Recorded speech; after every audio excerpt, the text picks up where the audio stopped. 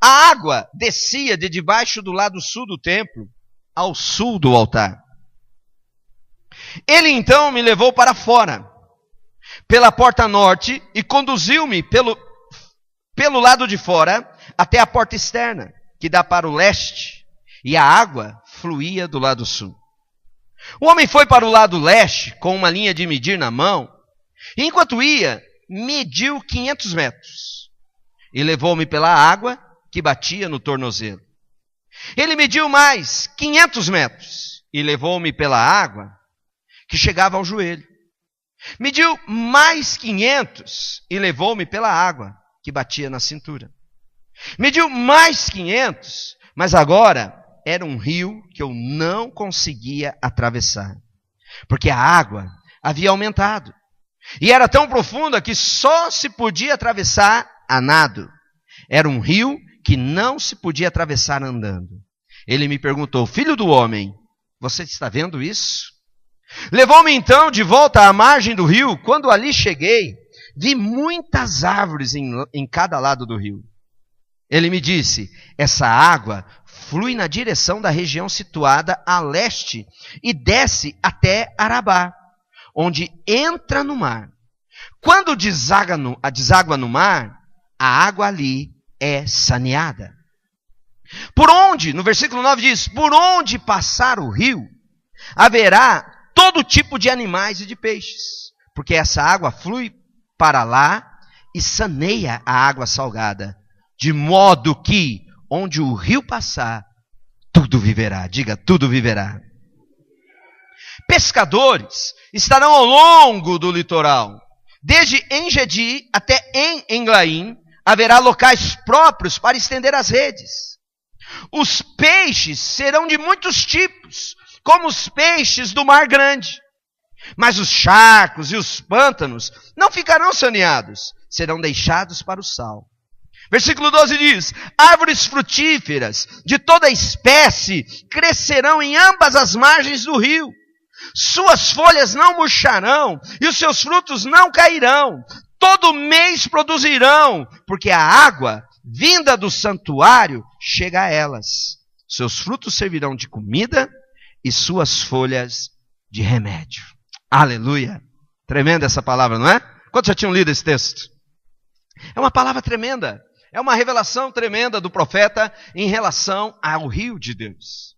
Eu quero falar com você sobre esse rio. Vamos bater um papo sobre esse rio.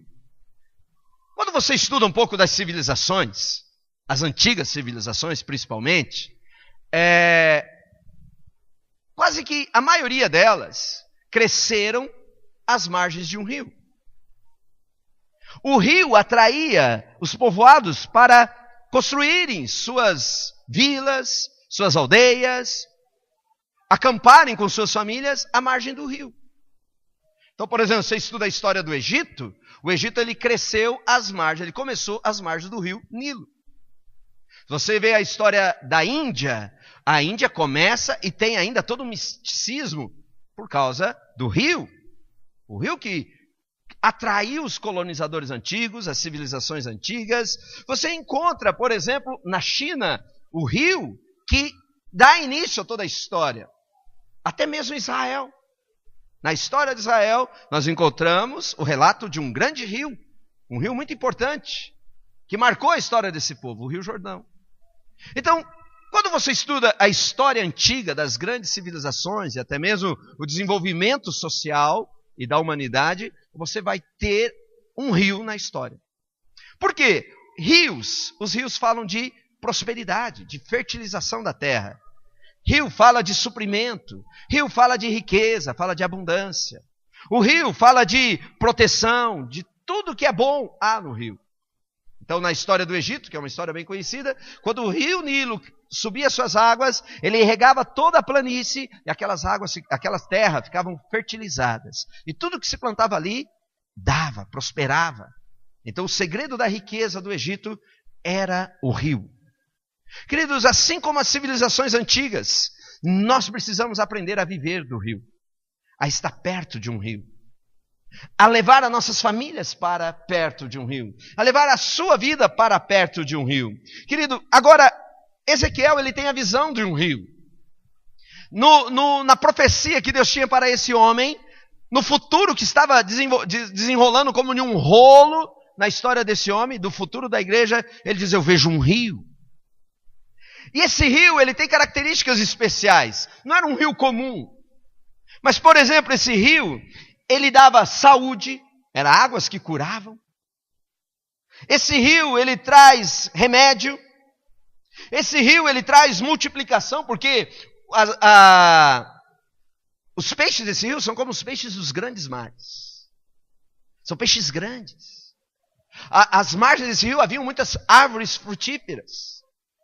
Por onde essas águas passavam, ela saneava o mar, saneava por onde passava, que era uma água pura, uma água especial, era uma água abundância.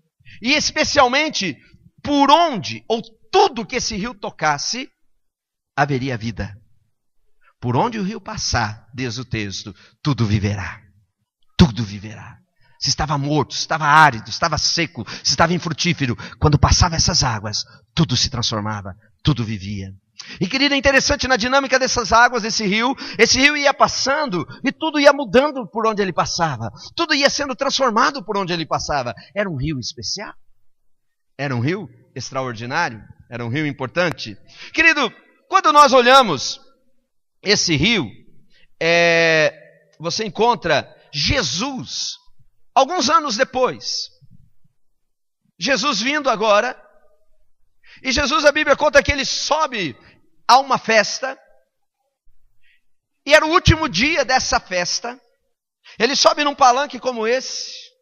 E ele começa a pregar para todos aqueles que estavam na festa. À medida que as pessoas ouviam, ele começou a pregar. E ele, no final do seu sermão, não sei qual o momento, mas um dos tópicos do sermão de Jesus, ele diz assim: quem crê em mim? Quem crê em mim? Como diz as Escrituras, como diz quais Escrituras? Como diz Ezequiel na sua visão, no capítulo 47, quem crê em mim? Do seu interior fluirão um rio de águas vivas. Jesus começa a pregar e falar, se referir a esse rio. Ele diz, quem crê em mim, como diz as Escrituras, como está sendo dito nas Escrituras, do seu interior, diga, do meu interior. O texto está dizendo que Jesus declara que do seu interior fluirão rios de águas vivas. Agora, interessante que ele diz, esse rio, João diz, passa o versículo seguinte. Tem o versículo seguinte, 39?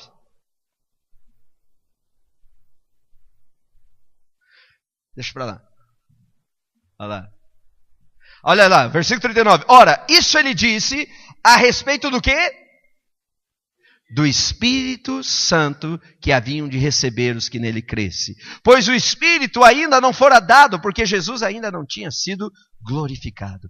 A revelação que Jesus tem desse rio de Ezequiel é que esse rio não é um rio comum. Esse rio é o Espírito Santo. Esse rio, ele tem uma característica sobrenatural, porque esse rio está falando do mover do Espírito Santo. E por onde esse mover passa, tudo que estava morto viverá. Tudo que estava precário conserta. Tudo que estava em escassez tem abundância. Tudo que estava seco passa a enverdecer.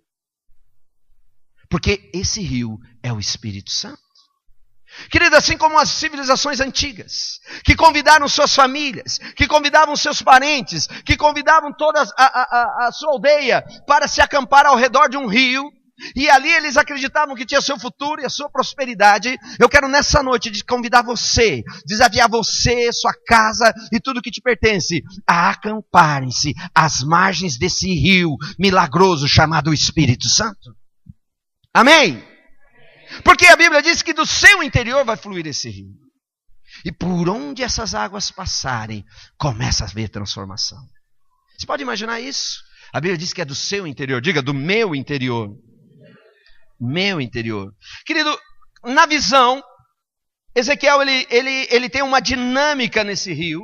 Ele tem um contato com esse rio. E que ele tem algumas experiências com esse rio. E na visão tem um anjo que convida ele, entra para o rio, venha para o rio. Venha conhecer melhor esse rio. E a Bíblia diz que esse anjo faz uma medida, e quando Ezequiel anda atrás desse anjo, nessa primeira medida, ele molha os pés no seu tornozelo. É a primeira experiência que ele tem com o rio. Agora, essa experiência que ele tem com o rio é uma experiência importante na vida dele, porque o anjo ainda não parou por aí. O anjo tem mais para ele. O anjo está querendo levar ele a uma experiência mais profunda. Agora, como que se entende esses passos dados por Ezequiel dentro das águas? Querido, lendo esse texto e conversando com Deus, o Espírito Santo começou a me ministrar no meu coração a respeito desse texto, do relacionamento com esse rio.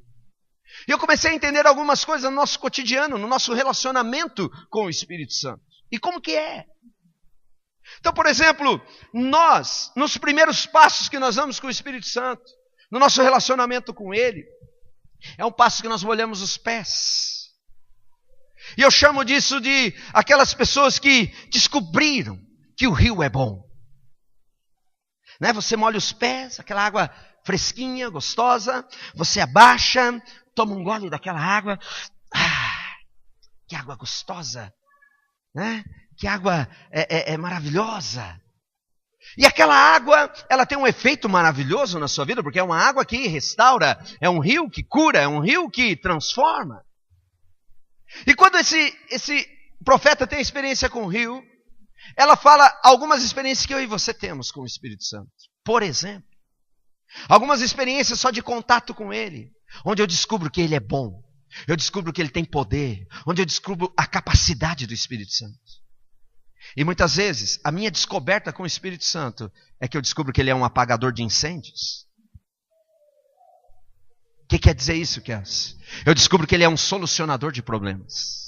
Eu estou na angústia, eu estou no deserto, eu estou na maior dificuldade, então eu corro até Ele, eu tenho uma experiência com esse rio, eu molho meus pés nas águas desse rio, experimento e vejo que é bom, vejo que é maravilhoso, sei que provei e vi que o Senhor é bom, vi que Ele é tremendo, que Ele é fiel, que Ele é maravilhoso, mas é apenas para apagar um incêndio, é apenas para uma experiência momentânea, é apenas para resolver uma fase da minha vida. Algumas pessoas, elas se relacionam com o Espírito Santo simplesmente porque elas querem alguns dons. Simplesmente porque elas querem respostas para algumas perguntas. E elas vão até esse rio, na experiência do profeta, molham os pés, têm a resposta e voltam para trás. E não vão além, não experimentam mais. Agora, a Bíblia diz que ao experimentar o rio pelo tornozelo, ao ver que aquilo era bom, a sensação, a experiência, o contato. Queridos, a primeira vez que eu tive uma experiência com o Espírito Santo na minha vida, aquilo foi como se eu tivesse descoberto um mundo novo. Eu fui criado na igreja, desde pequenininho, ouvindo as histórias de Jonas e a baleia, Noé e a sua arca, Davi e o seu gigante. Eu cresci ouvindo essas histórias, um privilégio. Só que aquilo eram apenas histórias. Aquilo era apenas contos que estavam registrados na Bíblia, mas não falava nada para mim. Não tinha nenhum ensino prático para a minha vida, que eu estava já saindo da adolescência, entrando na minha juventude. Aquilo não funcionava no meu dia a dia, no meu desafio, nas minhas pressões, nas minhas tentações. Eu sabia que a baleia engoliu aquele rapaz e depois jogou ele fora na praia, mas o que isso tem a ver com a minha vida? Como que isso resolve os meus problemas? Como que isso alimenta a minha fé? É só saber essa história. Mas o dia que eu conheci o Espírito Santo, a baleia de Jonas teve uma revelação na minha vida. A arca de Noé fez sentido na minha vida. O gigante de Davi começou a ter revelações na minha vida, porque eu descobri que aquela era uma vida de vitória que Deus tinha para mim. Experimentei, conheci. Águas que dão pelos tornozelos é a primeira experiência que eu tenho com o Espírito Santo. É saber quem Ele é, saber qual é o propósito dele na minha vida, saber qual é a função desse tão grande poder liberado para nós. Queridos, ouça o que eu vou te dizer. Jesus, Ele veio, Ele morreu, Ele ressuscitou. Mas o propósito da vinda de Jesus O propósito final, o propósito crucial, todo o projeto de Deus, ele não se findou na ressurreição de Jesus. A ressurreição de Jesus, ela tinha um propósito maior. Porque quando Jesus ressuscitou, ele diz assim, ele fala para os seus discípulos, eu estou indo para o Pai, hein? E os discípulos ficam loucos, não, você vai embora, vai nos deixar? Eu estou indo para o Pai. Agora eu tenho uma promessa para vocês. Eu estou indo, mas não vou deixar vocês sozinhos. Eu não os deixarei órfãos. Eu não deixarei vocês sem um conselheiro. Eu não deixarei vocês sem um consolador. Eu não deixarei vocês sem um guia. Eu estou indo para o Pai. Mas Ele vos enviará o Espírito Santo. Querido, a subida de Jesus, a morte e ressurreição de Jesus, ela teve uma função de perdoar os meus pecados, purificar a minha vida, para quê? Para que daquele momento em diante eu pudesse me tornar casa do Espírito Santo. Sem que Jesus tivesse morrido e ressuscitado, eu não teria acesso ao Espírito Santo. Então eu te digo, igreja, o propósito principal da morte e ressurreição de Jesus não foi para te levar para o céu, mas foi para que hoje você pudesse ter dentro de você o Espírito Santo de Deus. Agora Ele pode te guiar a toda a verdade. Agora Ele pode te consolar de todas as dores. Agora Ele pode te aconselhar. Agora Ele pode te revelar. Agora Ele pode te mostrar o Pai. Sem Ele, você não consegue.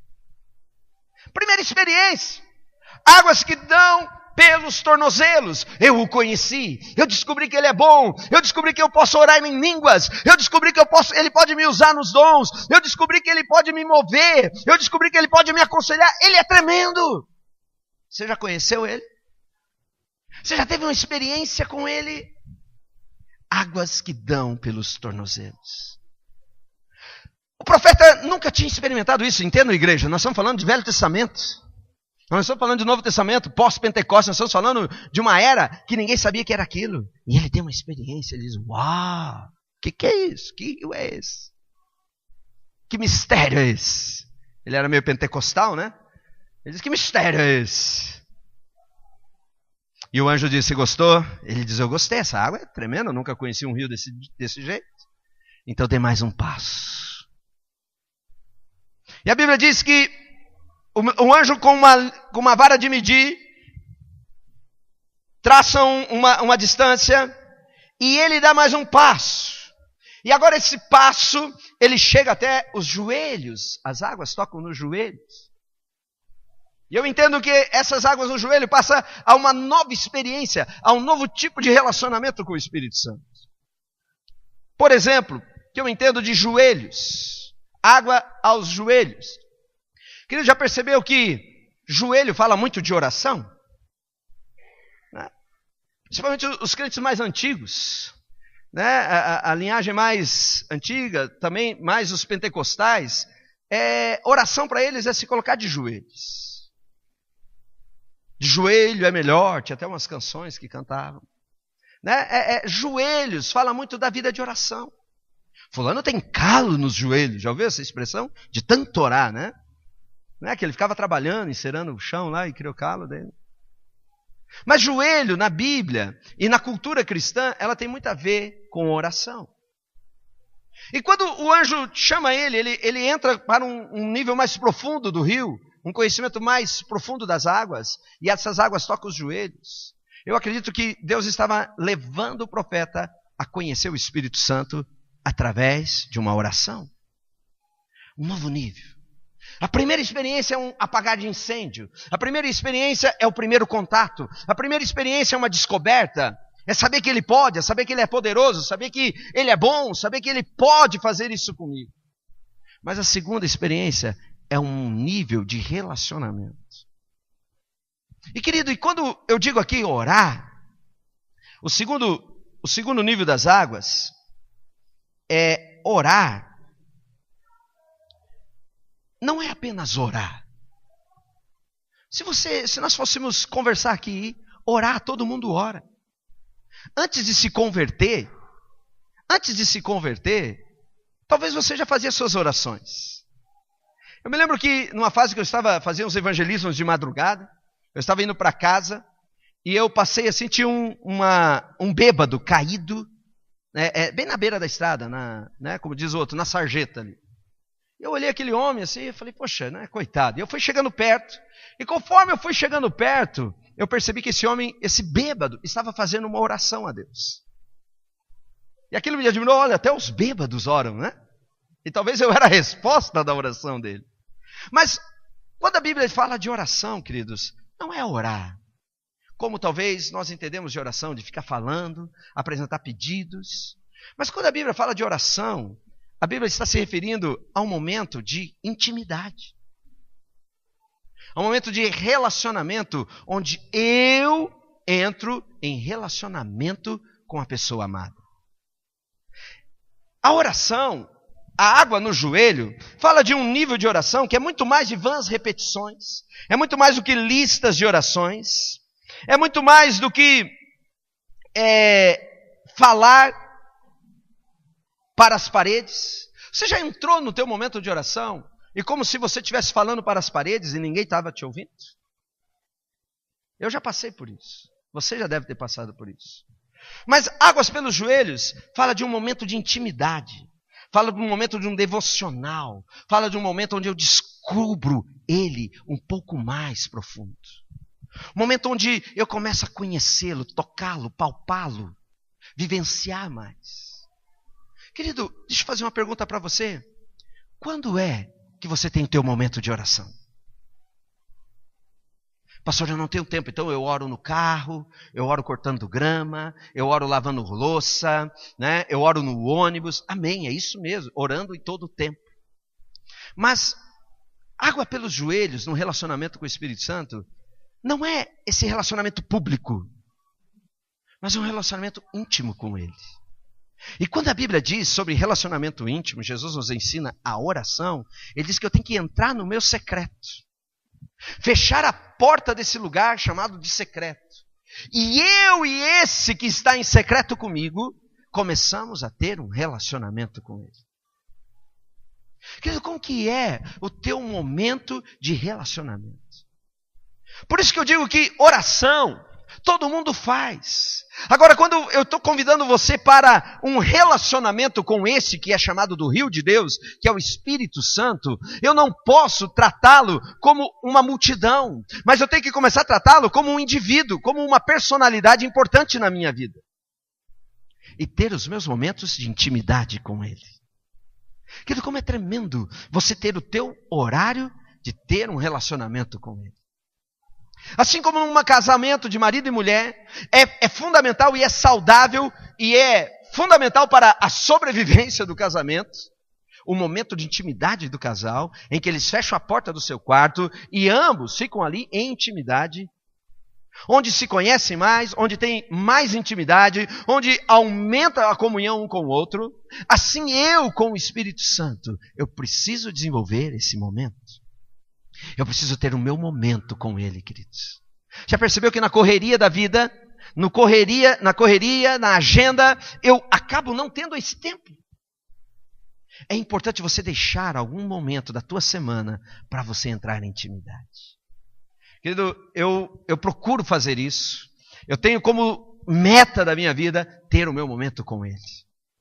E esse momento com Ele, na minha caminhada, já foram vários lugares e vários momentos. Eu vivi uma vez, eu estava numa escola e eu precisava ter o meu momento de intimidade. Eu não tinha com quem, eu não tinha lugar, era um alojamento, todo mundo cheio, olhava para cá, tinha alguém aqui, olhava para lá, tinha alguém ali. Eu descobri que tinha uma ameixa, um pé de ameixa, né? E estava na época de flor, então ela estava cheio de folhas. E eu descobri, se eu subisse lá em cima, porque um dia eu tinha subido e alguém me procurou e não me viu, eu falei, olha, esse é o meu lugar secreto. E eu subia naquela ameixa, eu subia com a Bíblia, eu conseguia achar e travava minha perna num galho, minhas costas no outro, e ali eu ficava no meu lugar secreto. Era o meu momento de intimidade. Claro que eu era um menino ainda, né? Meus 17, 18 anos. Hoje eu não sei se eu consigo fazer isso. Mas vários foram os meus momentos de entrar em secreto, de entrar em intimidade e de ter os meus períodos de oração. E querido, e ali o Espírito Santo me visita. Hoje o meu lugar secreto, na maioria das vezes, é o meu escritório. E querido, quando você descobre que oração não é só falar, mas é sentar e dizer: olá, amigo Espírito Santo. Bom dia. Quando você entende que é sentar e falar: uau, eu estava com saudades de você. Você começa a ter um relacionamento. Você começa a ter uma intimidade com Ele, onde Ele te toca e você o toca. Querido, sabe qual que é o problema da vida da igreja muitas vezes? É que nós não estamos gerando intimidade. E nós estamos tendo apenas um relacionamento com o Espírito Santo com as águas nos tornozelos. E a Bíblia diz que essas águas me convidavam para ir mais fundo, para ir mais profundo. Que é interessante, quando você entra, Ele te traz revelação, Ele te dá as direções. Muitas vezes, todo o meu projeto da semana, o Espírito Santo compartilha comigo, me dá as direções, me dá os passos, as estratégias, ali, numa conversa. Não uma oração de vãs repetições, mas num bate-papo. E às vezes, querida, a impressão que eu tenho é que Ele vem e te toca. E o toque dele, às vezes, te faz pular de alegria. Te faz rir à toa. E não tem ninguém te olhando, porque se tiver alguém te olhando, você acha que eles acham que você está ficando louco. Aí você ri. E de repente ele te toca também, e você é jogado no chão. E você diz: mas o que está acontecendo? E você percebe que algumas áreas da sua vida estão sendo curadas, libertas, transformadas por causa do momento de intimidade com Ele. Ele te dá profecias para você declarar. Ele te dá palavras, coloca palavras nos seus lábios. Ele te dá visão ali, no momento de intimidade. Quando você olha a dinâmica do rio, o rio ele sai do templo e ele vai em direção para fora do templo. Ouça o que o Espírito quer te dizer com isso. Ele está dizendo que o momento de relacionamento com Ele é para ir cada vez mais distante do templo. Porque a religião me levou a acreditar que o meu relacionamento com Deus é dentro do templo. E os meus momentos de intimidade, os meus momentos de experiência são em cultos públicos. Mas na visão do profeta, as águas iam levando ele para mais distante do templo. E quanto ele entendia, e quando ele se sentia atraído pelo rio, mais distante do templo, mais as águas o tomavam. O que o Espírito quer te dizer nessa noite? Que quanto mais intimidade você tiver com Ele, lá fora, no teu dia a dia, mais Ele te toma, mais profundo é o nível de relacionamento com Ele. Vocês estão entendendo? Amém? Que tem momentos de intimidade. E depois ele, deixa eu avançar para nós não tomarmos muito disso, tem muito o que falar. Mas o terceiro momento, ele convida e ele dá mais um passo. E esse passo, as águas vêm na sua cintura. Em algumas versões são nos lombos. Lombos é toda a parte reprodutora do homem e da mulher. Lombos fala de frutificação. Lombos fala de multiplicação. Água na cintura ou águas nos lombos fala toda a tua capacidade de multiplicar e de frutificar. Quando a Bíblia fala de multiplicação e frutificação, a Bíblia está falando de tudo. Ter filhos, ter finanças, ter descendência, ter herança. E ele chamou: venha e traga o teu potencial de multiplicação para dentro do rio. E a Bíblia diz que essa experiência levou ele a um novo nível. Agora entendam esse mistério. A multiplicação ou a frutificação, ela veio depois dos joelhos. Joelho fala de relacionamento, de intimidade, de oração, de comunhão. Os lombos falam da multiplicação. O problema nosso, a nossa maior dificuldade, é que nós queremos multiplicar sem a intimidade. Ouça, igreja, nenhuma multiplicação ou frutificação é saudável sem intimidade. Você encontra aí uma tendência de artistas, de mídia, de querer ter a multiplicação sem intimidade. Por exemplo, artistas famosos engravidam e têm seus filhos sem o casamento. É possível? Claro que é. Mas não é saudável. Não é recomendável. Não é o padrão bíblico. E o texto diz: a água no joelho te leva a uma intimidade, e a tua intimidade te leva à multiplicação e a uma frutificação saudável. Querido, você quer que teus negócios multipliquem saudavelmente? Através do rio, através de uma intimidade. É duradouro, tudo prospera, tudo avança por onde essas águas passarem. Querido, a intimidade da multiplicação, ela me leva a uma fidelidade, ela me leva a um relacionamento, ela me leva a um desejo de estar com Ele. Eu quero encerrar que eu sempre ouvi os poetas das músicas, né, cantando suas músicas, dizendo o seguinte: o meu coração tem saudades de ti, falando para Deus. Já ouviram músicas como essa? Sinto tua falta. São poesias cristãs transformadas em músicas. E eu ouvia aquilo e falava: isso é heresia. Como que eu vou ter saudade de Deus? Deus está comigo todo o tempo. Como que eu vou sentir falta dele? Ele mora em mim. Eu sempre tinha um conflito teológico com as letras dessas músicas. Eu dizia: esses caras são sensacionalistas, etc. e tal. Mas um dia, eu estava no meu carro, sozinho, ouvindo uma música. E de repente, querido, me bateu uma saudade daqueles momentos de intimidade que eu tenho com Ele. Já sentiu saudade de alguém? Já teve a dor da saudade? Quantos aqui já tiveram a dor da saudade? É inexplicável, né? É um soco aqui. E aquele dia eu tive essa experiência. Eu falei: uau, eu estou com saudade dele. Faltou, estava distante. Querido, Ele mora em mim, Ele está em mim, mas a intimidade de estar com Ele, de ouvir a sua voz, de ter o toque dEle em minha vida, de poder ouvi-lo, ser direcionado, eu estava com saudades. E Davi dizia assim, nos Salmos 52, 51, Salmos 42, ele diz assim: quando é? O salmista Davi, ele diz: quando é que eu vou me ver? Quando é que eu entrarei na sua presença? Quando é que eu me verei no meio da congregação, pulando e dançando? Ele está dizendo: que saudade daquele momento que eu estou na presença dele. Querido, saudades dele. O desejo de estar com ele vai fazer toda a diferença na minha vida, na minha mentalidade, no meu relacionamento. Eu preciso buscá-lo. Se você olhar em Cantares, se você tiver sua Bíblia, Cantares, Cânticos. O livro de Cantares é um romance, onde conta a história de uma mulher apaixonada por um homem, e de um homem apaixonado por uma mulher. Querido, esse texto aqui, esse livro, ele não fala somente de um homem, de um relacionamento conjugal.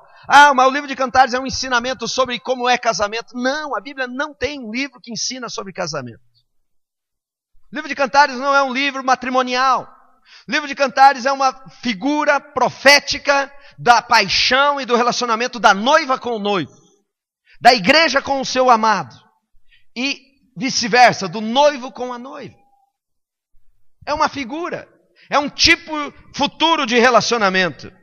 E se você olhar no versículo 1, capítulo 1, no versículo 5 ele diz assim: estou escura, mas sou bela, ó mulheres de Jerusalém, escura como as tendas de Quebar, bela como as cortinas de Salomão. Não fique me olhando assim porque eu estou escura, foi o sol que me queimou a pele. Os filhos de minha mãe zangaram-se comigo, fizeram-me tomar conta das vinhas, a minha própria vinha, porém não pude cuidar. Versículo 7 diz assim: conte-me, diga conte-me. Conte-me você, a quem amo, onde faz pastar o seu rebanho, onde faz as suas ovelhas descansarem ao meio-dia, porque se eu não souber, serei como uma mulher coberta com o véu junto aos rebanhos dos seus amigos. Essa mulher estava dizendo para o seu amado: me diga onde você está. Me conte onde você parou. Me conte onde você foi. Eu estou querendo te ver. Eu estou com saudades de você. Eu quero ter um momento com você. Me conte aonde você está. Vocês estão entendendo? É um livro que fala de uma paixão. É um livro que conta um desejo e uma busca por um relacionamento com o seu amado. E no momento ela diz, está difícil, a minha família, a situação, o sol está escaldante, me conte onde você está, porque eu quero ir até onde você está.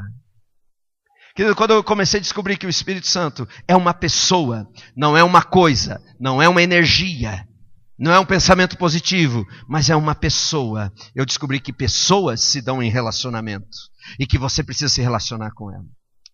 E querido, eu comecei a fazer uma pergunta para ele do tipo, aonde você está? Me conte onde você está. Eu queria saber onde ele estava, porque nos lugares onde eu estava, ele não estava. Você, irmão, você igreja, você crente, se você frequenta um ministério, se você está inserido num ministério onde o Espírito Santo não está, não fique ali. O que você está fazendo no lugar onde o Espírito Santo não se move, onde a glória de Deus não é manifesta? O que você está fazendo ali? Você tem que estar aonde Ele está. Me conte onde você está, que eu quero ir lá. Me conte onde você está, que eu vou atrás de você. Porque eu quero te tocar, eu quero ser tocado, eu quero ter uma experiência, eu quero ter uma revelação, eu quero ter um relacionamento de amor contigo. Muito mais do que esotérico, muito mais do que ele lá e eu cá, mas ele e eu juntos. Me conte. E querido, eu comecei a procurá-lo, eu queria saber onde ele estava, e me disseram, sabe o que eles me disseram? Eu soube que ele, o Espírito Santo, está lá em Belo Horizonte. Eu cheguei para minha mulher e falei, olha, eu preciso ir a Belo Horizonte, o que você vai fazer lá? Eu soube que o Espírito Santo está lá. E nós, muito loucos, muito aventureiros, entramos num carro e fomos. Porque nós sabíamos e ouvimos falar que ele estava lá. Mas Kelson, ele está em todo lugar? Não! Tem alguns lugares que ele se manifesta especialmente e se faz presente. Nós fomos até Belo Horizonte, encontramos com ele lá, ele nos tocou, ele mudou a nossa vida, ele mudou a nossa história, ele mudou nosso ministério, ele mudou tudo em nossas vidas. Depois eu fiquei sabendo que ele estava em algum lugar no Rio de Janeiro. Eu falei, nós vamos para o Rio de Janeiro, pega as malas. E pegamos as malas e fomos. Depois eu fiquei sabendo que ele estava em Buenos Aires. Ah, vamos para Buenos Aires, ele está lá, vamos. Eu fiquei sabendo que ele estava em Porto Alegre, ali com Benihim. Nós vamos lá porque nós queremos estar aonde ele está. Fiquei sabendo que ele estava em Bogotá, na Colômbia. Eu vou aonde ele está. Você está entendendo?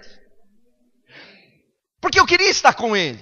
Eu desejava ter uma experiência com ele. Eu queria que ele fosse muito mais do que uma religião. Mas eu queria que ele fosse uma pessoa íntima minha. Até que um dia eu o encontrei.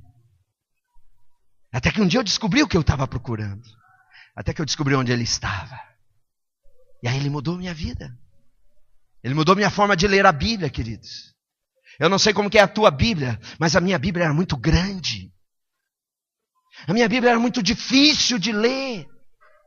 A minha Bíblia tinha uns nomes, umas histórias, que começava a ler e me dava sono. Era uma versão complicada de entender.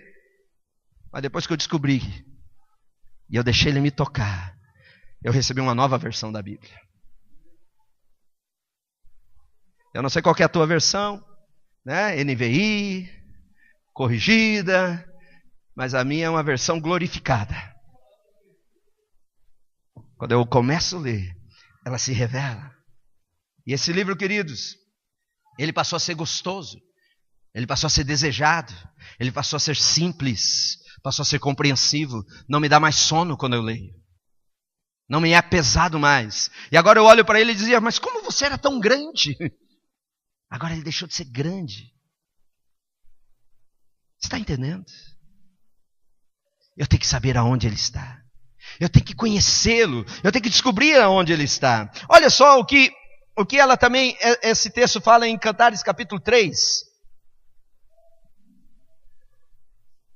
Eu preciso estar, diga assim, eu preciso estar. Aonde ele está? Querido, muitas vezes, no meu momento de intimidade, eu tenho um horário com ele. Quero ser bem sistemático. É o meu jeitão, não precisa ser tão radical assim. Mas eu tenho um horário. Tem um horário. E às vezes eu sacrifico tudo para chegar num horário. Porque eu tenho um compromisso com Ele. Não é assim com o teu trabalho? Não é assim com a tua vida? Você não tem horários? E para ter um momento com o teu amor, você precisa ter um horário. E que às vezes eu já cheguei me encontrar com Ele. E parecia que Ele não tinha chegado ainda. Sabe aquela oração, céu de bronze, aquele lugar frio, e você fica ali e Ele não vem. Parece que Ele se atrasou, esqueceu da agenda. Aquele vazio, aquela oração que você começa a orar e fala tudo o que você tinha que falar. Ora tudo que te pediram para orar. Ora por todos os nomes que você se lembra. E você diz, acho que já passou meia hora. Você olha, não passou nem um minuto. Já teve esse dia de oração assim? Aquele dia que parece que Ele não está, não é verdade? E de repente, como se uma porta se abrisse, Ele entra. Uau! Muda a atmosfera, muda o ar. E ali você começa uns momentos de intimidade. Porque você precisa estar onde Ele está. Olha só no capítulo 3 de Cantares. Ela diz assim: a noite inteira eu procurei em meu leito aquele a quem meu coração ama. Mas não o encontrei. Cadê ele? Uma mulher que está dormindo, de repente, começa a tatear do seu lado da cama e está vazio. O outro lado está vazio, não tem ninguém com ela. Ela diz, cadê ele? Aqui é o lugar dele. O lugar na cama está vazio. E ela diz o seguinte, eu vou me levantar agora. E eu vou percorrer a cidade. E irei por suas ruas e praças. Buscarei aquele a quem meu coração ama. Eu procurei, mas não o encontrei. As sentinelas me encontraram. Quando faziam as suas rondas na cidade. Vocês viram aquele a quem meu coração ama? Quem são as sentinelas aqui, querido? Sentinela é um tipo de liderança. Sentinela é um tipo de guarda. Sentinela é um tipo de autoridade. Que ela pergunta para eles o seguinte, para as autoridades dela. Vocês viram aonde está o meu amado? E aquelas autoridades, aqueles líderes disseram, eu não vi. Eu posso falar algo aqui que vai complicar algumas coisas. Mas, querido, se a autoridade sobre a sua cabeça, a autoridade sobre a sua vida, não sabe onde o Espírito Santo está, não ande com ele. Porque ela tem que saber aonde ele está. Ela tem que saber te indicar o caminho. Ó, ele está ali, ó. Esse é o caminho dele. Eu acabei de vir de lá. Eu acabei de ter uma conversa com ele. Pode ir lá, que ele ainda está lá. Você que é líder de grupo familiar, você tem que saber aonde ele está. Você tem que saber como encontrá-lo. Você tem que saber como se relacionar com ele. Porque senão você vai ser como essas sentinelas. Aonde você viu o meu amado? Não, não vi. Ele existe? Os sentinelas me encontraram quando faziam as suas rondas na cidade. E eu perguntei, vocês viram aquele a quem meu coração ama? Eu perguntei, não. Mal havia passado por elas quando encontrei aquele a quem meu coração ama. Eu o segurei e não o deixei ir até que o trouxe para a casa da minha mãe, até que trouxe para uma intimidade. Querido, você quer um relacionamento com o Espírito Santo? Você tem que procurá-lo. Você tem que buscá-lo. Você tem que tocá-lo. Você tem que insistir. Muitas vezes você tem que pôr dinheiro. Muitas vezes você tem que gastar tempo. Muitas vezes você tem que sacrificar coisas. A vida cristã, Jesus Cristo, presta atenção no que eu vou te dizer. Jesus Cristo não morreu e ressuscitou para que hoje eu e você pudéssemos confortavelmente sentar numa cadeira como essa, frequentando uma igreja como essa, arrolado numa organização de uma denominação ou de uma igreja local em algum lugar desse mundo. Jesus não morreu para você frequentar um culto. Jesus morreu para que você pudesse ser cheio do Espírito Santo. Você está entendendo, igreja? Todos estão entendendo? E para que você seja cheio, você precisa buscá-lo. Buscá-lo. Você precisa ter paixão. Você tem que ter determinação. Ela dizia, eu vou buscá-lo. Eu vou buscá-lo. Eu vou procurar por ele. Eu vou até onde ele estiver. Porque depois que eu o encontrar, depois que eu estiver ao meu lado, querida, a Bíblia nos conta que quando ela encontrou, ela o levou para a sua intimidade. Eu e você precisamos desenvolver um relacionamento.